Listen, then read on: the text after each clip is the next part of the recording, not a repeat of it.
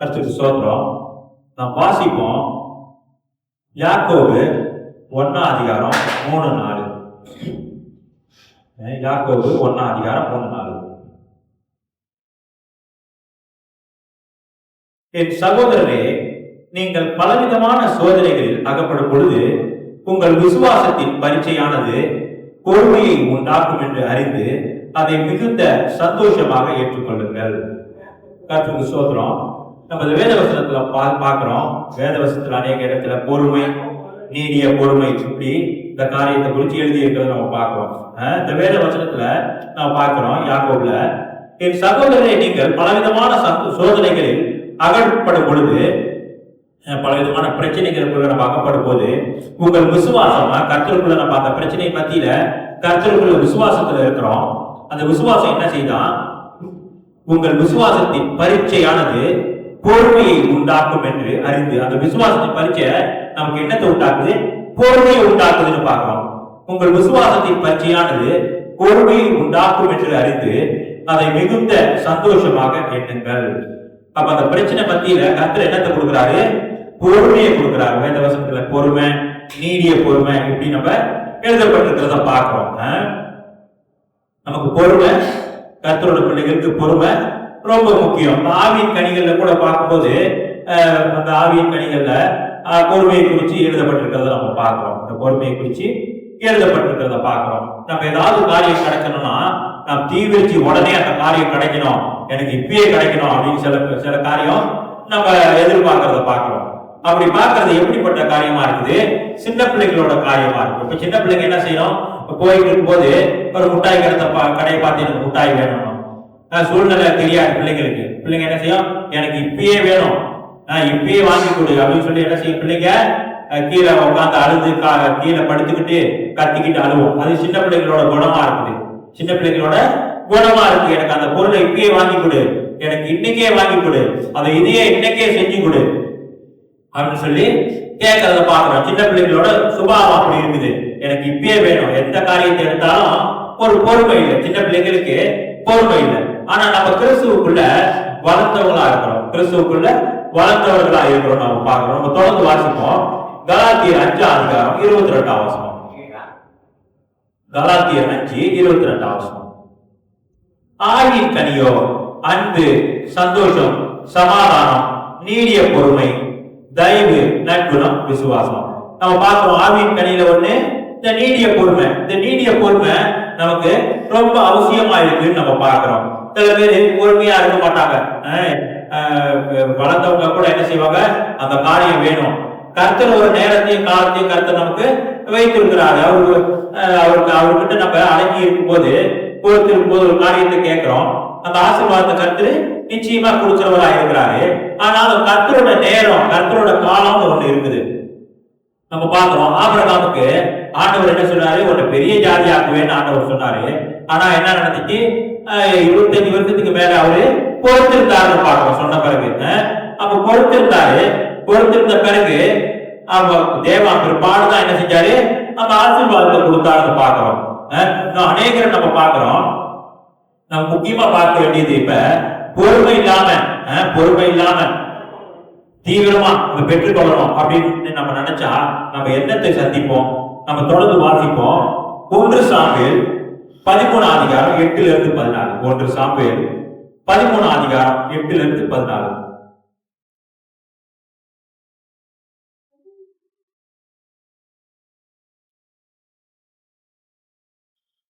1 Samuel 13:8-14. அவன் தனக்கு Samuel குறித்த காலத்தின்படி 7 நாள் மட்டும் காத்திருந்தான். சவுல் என்ன செய்யறான்? காத்திருக்கான். யுத்தம் வரப்போகுது. சாமுவேல் சொல்லியிருக்கிறாரு 7வது நாள்ல நான் வருவேன் அப்படின்னு சொல்லியிருக்கிறார் சாமுவேல். அவன் சவுல் என்ன செய்யறாரு? வெயிட் பண்ணிட்டு இருக்கிறாரு 7 நாள். அவன் தனக்கு சாமுவேல் குறித்த காலத்தின்படி 7 நாள் மட்டும் காத்திருந்தான். சாமுவேல் கில்காலுக்கு வரவில்லை. ஜனங்கள் அவனை விட்டு சிதறி போனார்கள். அப்பொழுது சவுல் சர்வாங்க தகன பலியையும் சமாதான பலியையும் என் இடத்தில் கொண்டு வாருங்கள் என்று சொல்லி சர்வாங்க தகன பலியை செலுத்தினான். இது சர்வாங்க தகன பலி செலுத்துற யாரோட பொறுப்பு? அது சாமுவேலோட பொறுப்பு. சவுல் என்ன செய்யறாரு? 7 நாள் வரைக்கும் பொறுத்திருந்தாரு. இன்னும் கொஞ்ச நேரம் பொறுத்திருந்தா என்ன செஞ்சிருப்பாரு? சாமுவேல் வந்திருப்பாரு.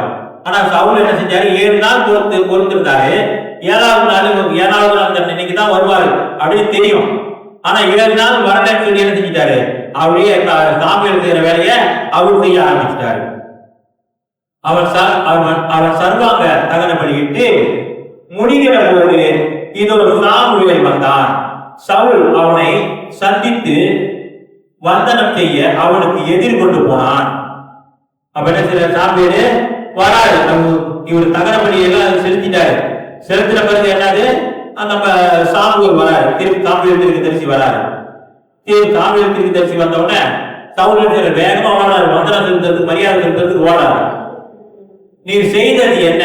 சாமுவேல் கேட்கிறார். நீ செய்தது என்ன என்று சாமுவேல் கேட்டதற்கு சவுல், ஜனங்கள் என்னை விட்டு சிதறி போகிறதையும் குறித்த நாட்களில் திட்டத்திலே நீர் வடாதையும் பெலிஸ்தர் மிக்மாசிலே கூடி இருக்கிறதையும் நான் கண்டபடியினாலே கில்காலில் பெலிஸ்தர் எனக்கு விரோதமாய் வந்து விடுவார்கள் என்றும் நான் இன்னும் கர்த்தருடைய சமூகத்தை நோக்கி விண்ணப்பம் பண்ணவில்லை என்றும் எண்ணி துணிந்து சர்வாக தகன பலியை செலுத்தினேன் என்றான். சாமுவேல் சவுலை பார்த்து, புத்தியீனமாய் செய்தீர். உம்முடைய தேவனாகிய கர்த்தர் உமக்கு விதித்த கட்டளையை கைக்கொள்ளாமல் போனீர். மற்றபடி கர்த்தர் இஸ்ரவேலின் மேல் உன் ராஜ்யபாரத்தை என்றென்றைக்கும் சிறப்படுத்தியிருப்பார். என்ன புத்தியீனமா செஞ்சிட்டிய சவுலு? இதுக்கு கீழ்படிச்சு நடந்திருந்தீங்கன்னா உனக்கு ராஜ்யத்தை நித்தியமா வைத்திருப்பாரு. இப்ப என்ன ஆயிடுச்சு? இஸ்ரவேலின் மேல் உங்களுடைய ராஜ்யத்தை என்றென்றைக்கும் சிறப்படுத்துவார் மற்றும் சிறப்படுத்தி வச்சிருப்பாரு. அப்ப நீ இந்த மாதிரி செஞ்சிட்டிய அப்படின்னு கேட்கிறாரு. இப்பொழுதோ உங்களுடைய ராஜ்யபாரம் நிலை நிற்காது. என்ன சொல்லிட்டாரு? ராஜ்யபாரம் நிலை நிற்காது. என்னத்துக்காக? அவர் பொறுக்கல. அவருக்கு சவுலுக்கு என்ன இல்ல? பொறுமை இல்லை. என்ன செஞ்சிட்டாரு? சாமுவேல் வரன்னு சொல்லிட்டாரு. 7வது நாள் சாமுவேல் வரன்னு சொல்லிட்டாரு. அவர் பொறுத்திருக்கணும். சாமுவேல் அவர் என்ன செஞ்சாரு? சாமுவேலுக்கு பொறுக்காம என்ன செஞ்சிட்டாரு? 7வது நாள்ல போய் அவரே தகன பலி இட்டார். சர்வாக தகன பலியை இட்டுட்டாரு. அப்ப சாமுவேல் வரார். என்ன சொல்றாரு? இப்பொழுதோ உங்களுடைய ராஜ்யபாரம் நிலை நிற்காது. ராஜ்யபாரம் போச்சு. என்னனால? பொறுமை இல்லை. பொறுமை இல்லை. கர்த்தர் தம்முடைய இருதயத்திற்கு ஏற்ற ஒரு மனுஷனை தமக்கு தேடி அவனை கர்த்தர் தம்முடைய ஜனங்கள் மேல் தலைவனாய் இருக்க கட்டளையிட்டார். கர்த்தர் உமக்கு விதித்த கட்டளையை நீர் கைக்கொள்ளவில்லையே என்று சொன்னான். பாருங்க, அவன் கீழ்படிச்சிருக்கணும். 7 நாள் காத்திருந்திருக்கணும். சாமுவேல் வர காத்திருந்திருக்கணும். அவன் காத்திருக்கல. பொறுமை இல்லை. பொறுமை இல்ல. இப்படிதான் நம்ம அநேக வாழ்க்கையில ஜீவியத்துல அநேக காரியங்களுக்கு கர்த்தர் தருவாரு, கர்த்தர் செய்வாரு அப்படின்னு பொறுக்கிறது இல்ல. பொறுத்து பார்த்து பெற்றுக்கொள்றது இல்ல. என்ன செய்யுது? நேரா போய் கிடைக்கலையா, இன்னைக்கே செய், இப்பொழுதே செய், இது அப்பயே செய், இந்த வருஷமே செய் அப்படின்னு சொல்லி சொல்லுவாங்க. பதறாத காரியம் செதறாது. பதறாத காரியம் செதறாது. ஒவ்வொரு காரியம் பொறுமையா செய்யணும். நம்ம பதறி அடிச்சுக்கிட்டு வேகமா போய் ஒரு காரியத்தை செய்யறதுனால பின்னால எது என்னவாகும்? நமக்கு தான் அது ஆபத்தா வரக்கூடியதா இருக்குது. நமக்கு ஆபத்தா வரக்கூடியதா இருக்கு. தேவன் ஒவ்வொரு காலத்தையும் ஒவ்வொரு காரியத்தையும் செய்யும்போது அவரோட நேரத்தோட அவரோட காலத்தோட அவரு செய்வார். அவரு ஒவ்வொரு காரியத்தையும் அவரோட நேரம் எப்ப வருது அப்பதான் செய்வார். அப்பதான் இயேசு தேவன் தாம் எந்த காரியத்தை செய்வார். நாம் தேவனுக்கு பொறுத்திருக்க கத்துக்கணும். நம்ம தேவனுக்கு பொறுத்திருக்க கத்துக்காம தேவனுக்கு 4 தடவை கேட்கறது, அவர் தேவன் கொடுக்கல அப்படின்னு நம்மளே மனசுல நினைச்சு என்ன செய்யுது? சொந்தமா போய் ஏதாவது காரியத்தை எடுத்து செய்யுது. தாவீது ராஜாவை குறிச்சு கூட பாக்குறோம். ராஜா ஆக போறேன்னு ஆண்டவர் சொல்லிட்டாரு. ஆனா தாவீது ராஜா எத்தனையோ வருஷம் பொறுத்திருந்தாரு. எத்தனையோ வருஷம் ராஜாவாயிருக்க சொன்ன பிறகு ஆண்டவர் ராஜாவுக்கு தாவீது ராஜாவுக்கு நிம்மதி இல்லாத வாழ்க்கை தான். ஆண்டவர் என்னைக்கு ராஜாவை அபிஷேகம் பண்ணாரோ சாமுவேலை கொண்டு அவங்க தகப்பன்மார் முன்னுக்கு தகப்பன் முன்னுக்கு தாவீதோட தகப்பன் கீஸ் முன்னுக்கு அபிஷேகம் பண்ணாரோ அன்றையிலிருந்து தாவீது ராஜாவுக்கு பிரச்சனை தான், கஷ்டம் தான். ஆனா என்ன செஞ்சாரு தாவீது ராஜா? பொறுமையா இருந்தார், பொறுமையா காத்திருந்தார். அவர் பொறுமையா காத்திருந்த பிரகாரம் கர்த்தர் செஞ்சாரு. அவர் சிங்காசனத்துல அமர்றதுக்கு ஆண்டவர் உதவி செய்தாரு. அது அவர் காத்திருந்தாரு பாக்குறோம். ஆனா சவுல் என்ன செஞ்சாரு? காத்திருக்க கர்த்தரோட வார்த்தைக்கு கர்த்தரோட நேரத்துக்கு காத்திருக்காதபடினால அவரோட ராஜ்யபாரமே போச்சு, ராஜ்யபாரம் போச்சு. அப்படி காரணம் நம்ம பாக்குறோம். அமலேக்கியர் வந்து குடிச்சு சவுலு கொண்டு போறாங்க, அவரையும் அவர் மகனையும் கொண்டு போறதை நம்ம பார்க்கிறோம். இப்படி அவர் பொறுத்திருக்காதபடினால ராஜ்யபாரம் யாருக்கு கைக்கு போச்சு? தாவீது ராஜா கைக்கு போச்சு. அப்ப தாவீது ராஜா வம்சத்துல ஆண்டா யார் பிறந்தா? கர்த்தராகிய இயேசு கிறிஸ்து பிறந்தார். நம்ம பார்க்கிறோம் சவுலுக்கு பொறுமை இல்லை, பொறுமையோடு காத்திருக்கிற, பொறுமையோடு காத்திருந்தா கர்த்தர் என்ன செய்வாரு? ஒரு நல்ல ஆசீர்வாதத்தை தரக்கூடியவராக இருக்கிறாரு. கர்த்தர் ஆபிரகாமை குறிச்சும் ஆண்டவர் சொன்னார், காத்திருக்க சொன்னாரு. ஆனா ஆபிரகாம் என்ன செஞ்சாரு? மனைவி பேச்சு கேட்டு வேலைக்காரியா எடுத்துக்கிட்டாரு. அப்ப இது என்னாச்சு? 2 சந்ததியா மாறி போச்சு. இப்படிதான் அநேக வேலைகள்ல இந்த பழைய ஏற்பாட்டு காரியங்கள், பழைய ஏற்பாட்டுல அநேக காரியங்கள் நமக்கு தெளிவுண்டாக்கும்படியா எழுதப்பட்டிருக்கு. அந்த பழைய ஏற்பாட்டு காலங்கள்ல நடந்ததை குறித்து எப்படி அவங்க ஜீவித்தாங்க, எப்படி தேவனுக்கு பிரிவு இல்லாம ஜீவிச்சபடினால அவங்களோட சூழ்நிலை, அவங்களோட ஆசீர்வாதம் இப்படி போயிடுச்சு, எப்படி சில கர்த்தரோட மனுஷங்க கர்த்தருக்கு பிரியமா ஜீவிச்சு கர்த்தரோட வழியில நடந்து அநேக ஆசீர்வாதத்தை பெற்றுக்கொண்டாங்க. இதெல்லாம் குறித்து நம்ம என்ன செய்யணும்? நம்ம ஆராய்ச்சி பார்க்கணும். வேதவசனம் பழைய ஏற்பாட்டு இதுக்காக தான் நமக்கு எழுதப்பட்டிருக்கு நம்ம பார்க்கிறோம். தொடர்ந்து தானியேல் குறித்து கூட நம்ம பார்க்கிறோம். தானியேல் சொப்பனத்தை அறிவிக்கிறவரா இருந்தாரு. அவர் என்ன செஞ்சாரு? சொப்பனத்தை அறிவிக்கிறவரா இருந்தாரு.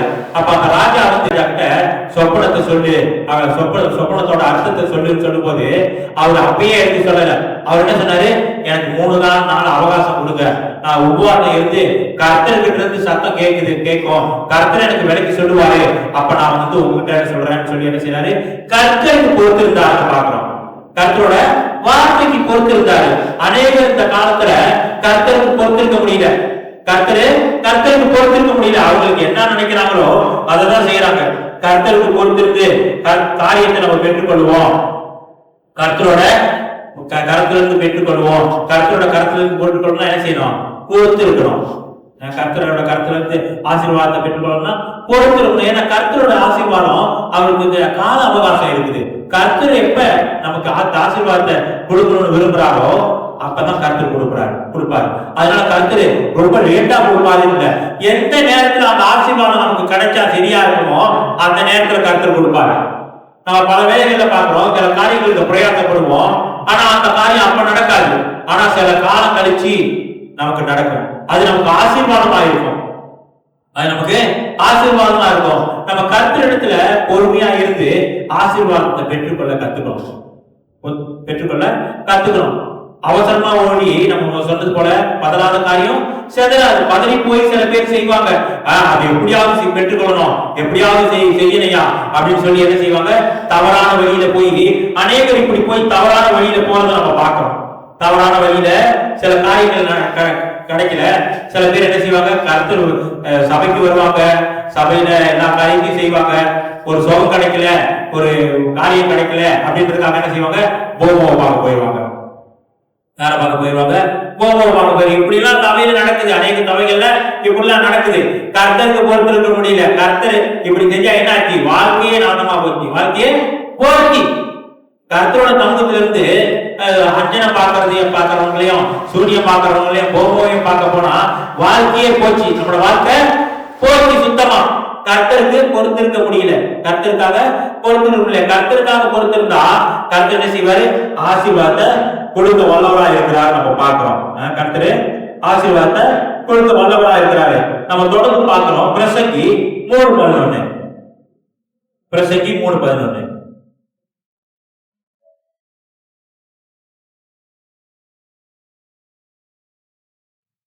பிரசங்கி 3:11.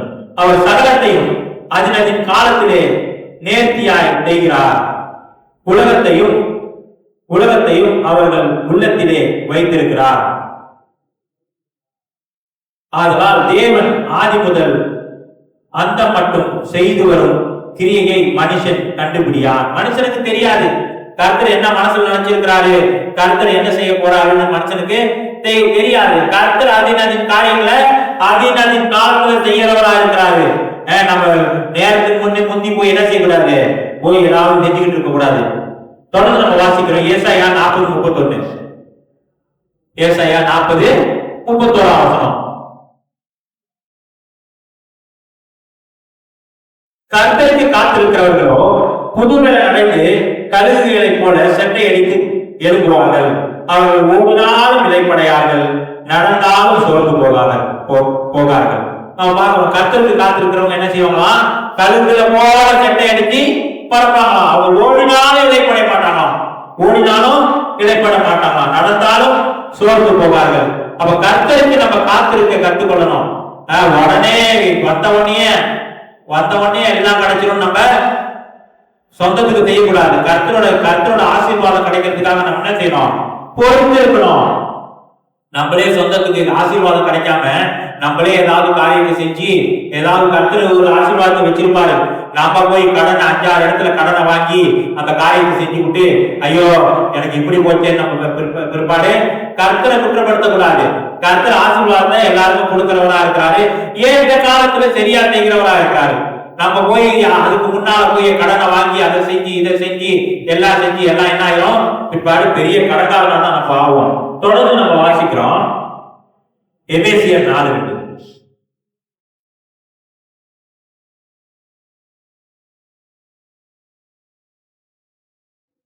எபேசியர் 4:2. மிகுந்த மனத்தாழ்மையும் சாந்தமும் நீடிய பொறுமையும் உடையவர்களாய் அன்பினால் ஒருவர் தாங்கி இந்த பொறுமையா இருந்து சில வேளைகள்ல சில காரியங்கள் நம்மளால பொறுத்து கொள்ள முடியாது. மற்றவங்க செய்கிறதான காரியம் நம்மளால பொறுத்து கொள்ள முடியாது.